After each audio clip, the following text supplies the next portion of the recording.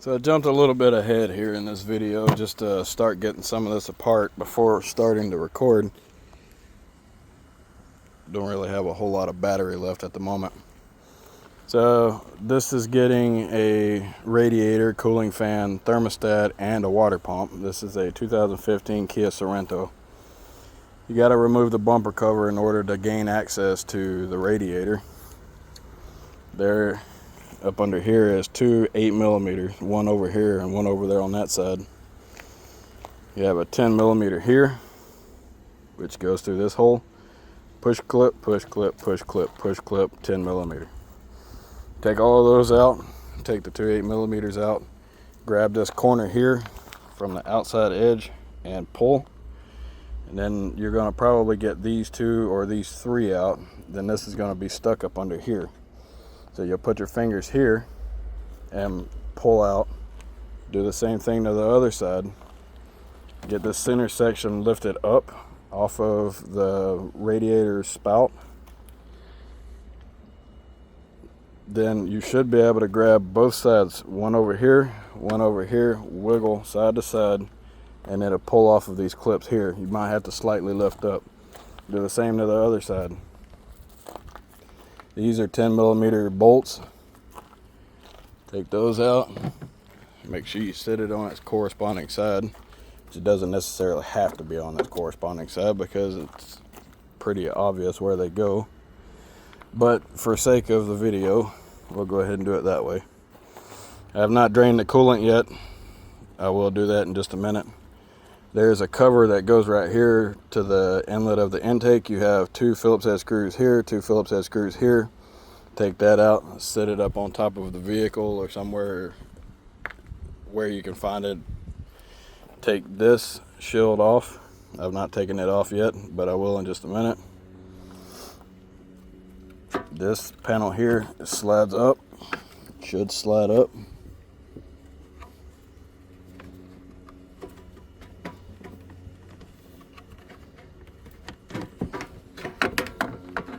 Alright, there's that one. We'll sit it on the ground on its corresponding side.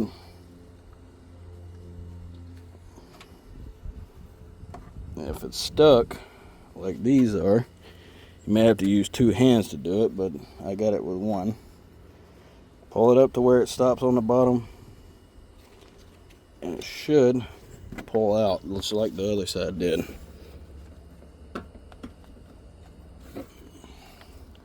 It's a little warm out here. Let's see if we can get this off without having to use two hands.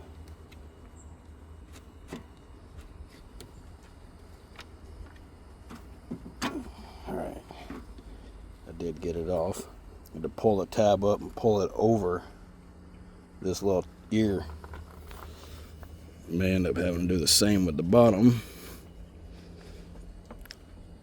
Alright, that's out. Set it on the passenger side. So the next thing you're going to want to do, if you haven't drained the coolant, you need to go ahead and drain the coolant.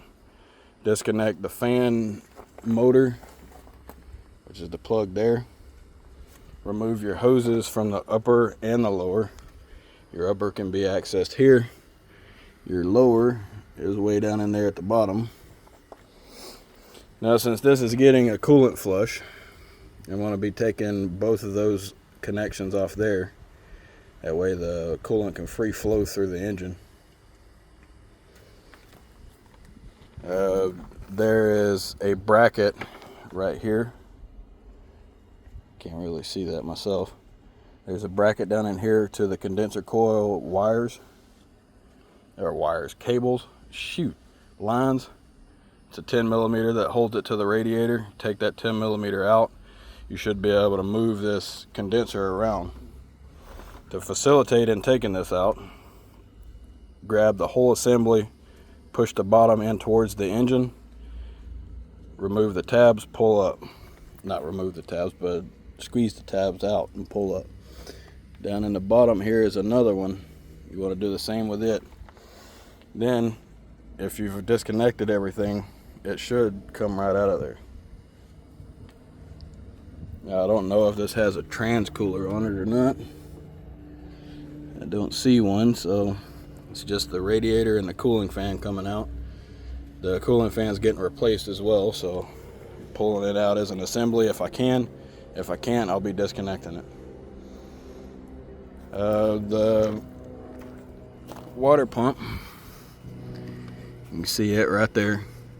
Before taking the belt off, you need to unbolt the water pump pulley. Remove your tension from the accessory belt. Pull it out of there. The belt, not the water pump. Then you can take your pulley off of there after you get the belt out. And then you've got a series of bolts around the exterior of the water pump. This is a very large water pump. It's not very small.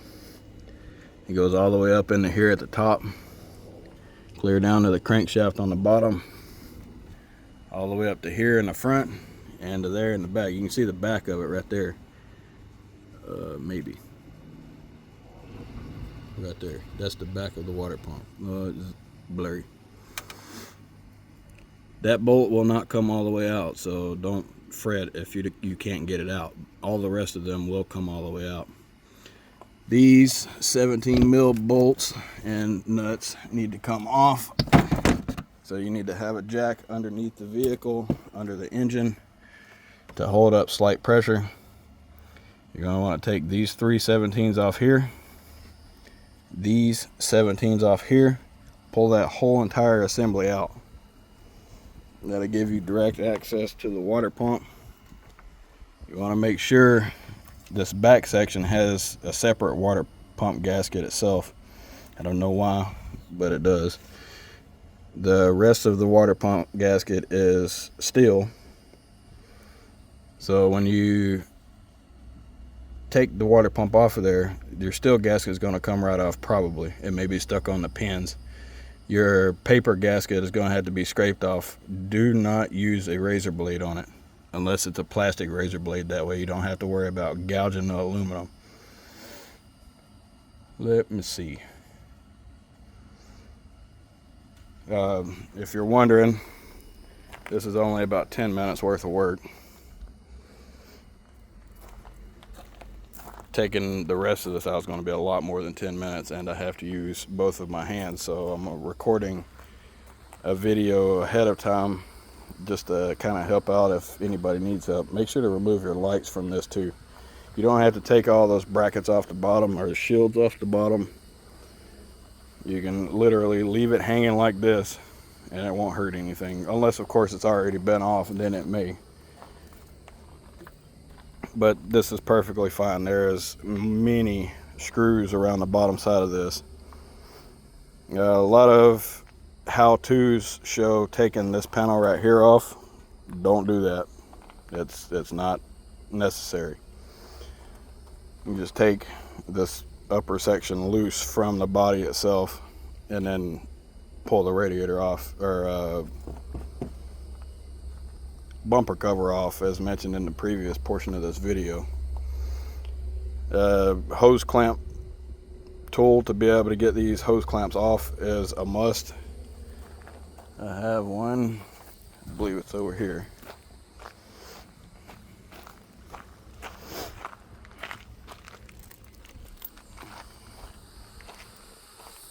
This is an absolute necessity when you're dealing with these annoying squeeze clamps. I like using screw clamps myself. That way I don't have to worry about finding a tool to be able to fit. I can position the screw head facing up here, and I could even do it down there on the bottom. I do have a long screwdriver, so I could technically come in from out here and be able to do it there as well. So that's pretty much it, other than burping the system in the end. That's the most important part of this whole entire process, is burping the system. This thing sucked the upper radiator hose completely down, and then I realized that there was not a lot of flow, so it has to have the components that we're putting in. The fan's making a noise, so that's the reason why I'm replacing it. If you found this video helpful, Please like and subscribe. Share if you need or would like. I would appreciate it. Thanks for watching.